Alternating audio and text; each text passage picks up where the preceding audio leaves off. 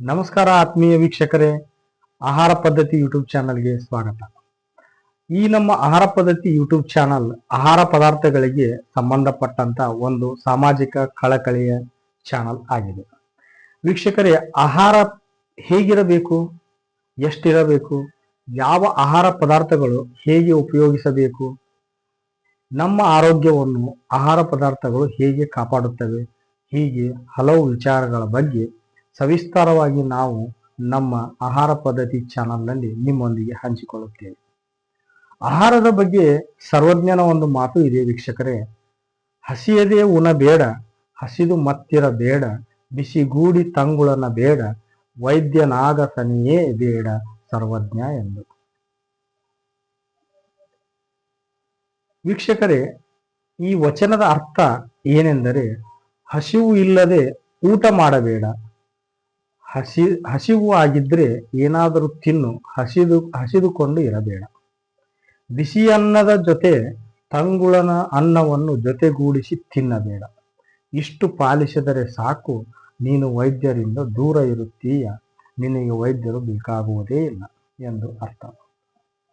ವೀಕ್ಷಕರೇ, ಆಹಾರವು ಪ್ರತಿಯೊಂದು ಜೀವಿಗೂ ಜೀವಿಸಲು ಬೇಕಾಗುವ ಒಂದು ಪ್ರಮುಖ ಅಂಶವಾಗಿದೆ.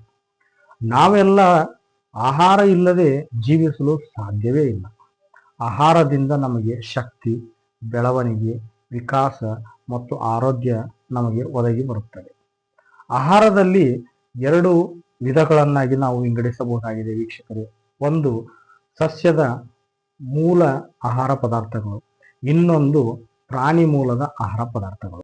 ವೀಕ್ಷಕರೇ, ನಮ್ಮ ಆಹಾರ ಪದ್ಧತಿ ಚಾನಲ್ನಿಂದ ಮುಂಬರುವ ದಿನಗಳಲ್ಲಿ ವಿಡಿಯೋಗಳಲ್ಲಿ ಪ್ರತಿಯೊಂದು ಆಹಾರ ಪದಾರ್ಥಗಳ ಅನುಕೂಲ, ಅನಾನುಕೂಲ ಹಾಗೂ ಉಪಯೋಗಿಸುವ ವಿಧಾನಗಳನ್ನು ನಾವು ನಿಮ್ಮೊಂದಿಗೆ ಹಂಚಿಕೊಳ್ಳುತ್ತೇವೆ. ಹಾಗಾದರೆ ಬನ್ನಿ ವೀಕ್ಷಕರೇ, ನೀವು ನಿಮ್ಮ ಆರೋಗ್ಯದ ಕಡೆ ಇನ್ನೂ ಹೆಚ್ಚಿನ ಗಮನ ಕೊಡಬೇಕಾಗಿದೆಯಾ? ನಿಮ್ಮ ಆಹಾರ ಪದ್ಧತಿಯನ್ನು ಬದಲಾಯಿಸಿ ಆರೋಗ್ಯವನ್ನು ಕಾಪಾಡಿಕೊಳ್ಳಬೇಕಾಗಿದೆಯಾ? ನೀವು ದಿನನಿತ್ಯ ಉಪಯೋಗಿಸುವ ಆಹಾರ ಪದಾರ್ಥಗಳ ಅನುಕೂಲ, ಅನಾನುಕೂಲ ಹಾಗೂ ಸರಿಯಾದ ಉಪಯೋಗಿಸುವ ವಿಧಾನಗಳನ್ನು ತಿಳಿಯಬೇಕಾಗಿದೆಯಾ? ಮಕ್ಕಳಿಗೆ ಯಾವ ಆಹಾರ ಪದಾರ್ಥಗಳನ್ನು ಕೊಡಬೇಕು, ವಯಸ್ಸಾದವರಿಗೆ ಯಾವ ಆಹಾರ ಪದಾರ್ಥಗಳು ಯೋಗ್ಯವಾಗಿವೆ, ಹೊರಗಡೆಯಿಂದ ದುಡಿದು ಬರುವವರಿಗೆ ಯಾವ ಆಹಾರ ಪದಾರ್ಥಗಳನ್ನು ಕೊಟ್ಟರೆ ಆರೋಗ್ಯವನ್ನು ವೃದ್ಧಿಸುತ್ತದೆ, ಗರ್ಭಿಣಿಯರಿಗೆ ಯಾವ ಆಹಾರ ಪದಾರ್ಥಗಳು ಒಳ್ಳೆಯದು ಹಾಗೂ ಕೆಟ್ಟದ್ದು, ಹೀಗೆ ನೂರಾರು ಚಿಂತೆಗಳು ನಿಮ್ಮನ್ನು ಕಾಡುತ್ತಿವೆಯಾ? ಚಿಂತೆ ಬಿಡಿ, ನಿಮ್ಮ ಆರೋಗ್ಯದ ಚಿಂತೆಯನ್ನು ದೂರ ಮಾಡುವ ನಮ್ಮ ಪ್ರಯತ್ನಕ್ಕೆ ನಿಮ್ಮದೊಂದು ಲೈಕ್ ಇರಲಿ. ಎಲ್ಲ ಆಹಾರ ಪದಾರ್ಥಗಳ ಬಗ್ಗೆ ತಿಳಿಯಲು ನಮ್ಮ ಆಹಾರ ಪದ್ಧತಿ ಚಾನಲ್ ಅನ್ನು ಸಬ್ಸ್ಕ್ರೈಬ್ ಮಾಡಿ ಹಾಗೂ ಬೆಲ್ ಬಟನ್ ಅನ್ನು ಪ್ರೆಸ್ ಮಾಡಿ. ಹಾಗೂ ಆಹಾರ ಮತ್ತು ಆರೋಗ್ಯದ ಬಗ್ಗೆ ಚಿಂತೆ ಮಾಡುವ ನಿಮ್ಮ ಎಲ್ಲ ಸ್ನೇಹಿತರಿಗೆ ಹಾಗೂ ನಿಮ್ಮ ಮನೆಯ ಅಕ್ಕಪಕ್ಕದ ತಾಯಂದಿರಿಗೆ, ವಯಸ್ಸಾದಂಥ ಹಿರಿಯರಿಗೆ ಈ ನಮ್ಮ ವಿಡಿಯೋವನ್ನು ಶೇರ್ ಮಾಡಿ. ಹಾಗಾದರೆ ವೀಕ್ಷಕರೇ, ನಿಮ್ಮ ಆಹಾರ ಮತ್ತು ಆರೋಗ್ಯದ ಚಿಂತೆ ದೂರ ಮಾಡುವ ಒಂದು ಆಹಾರ ಪದ್ಧತಿಯೊಂದಿಗೆ ಮತ್ತೆ ಭೇಟಿಯಾಗೋಣ. ಧನ್ಯವಾದಗಳು.